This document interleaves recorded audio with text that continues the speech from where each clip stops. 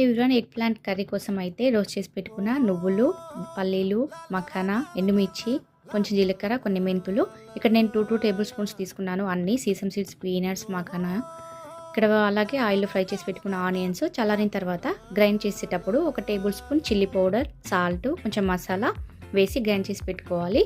అలానే కట్ చేసి పెట్టుకున్న ఎగ్ ప్లాంట్ ఈ మిక్చర్ని స్టఫ్ చేసి పెట్టుకోవాలి.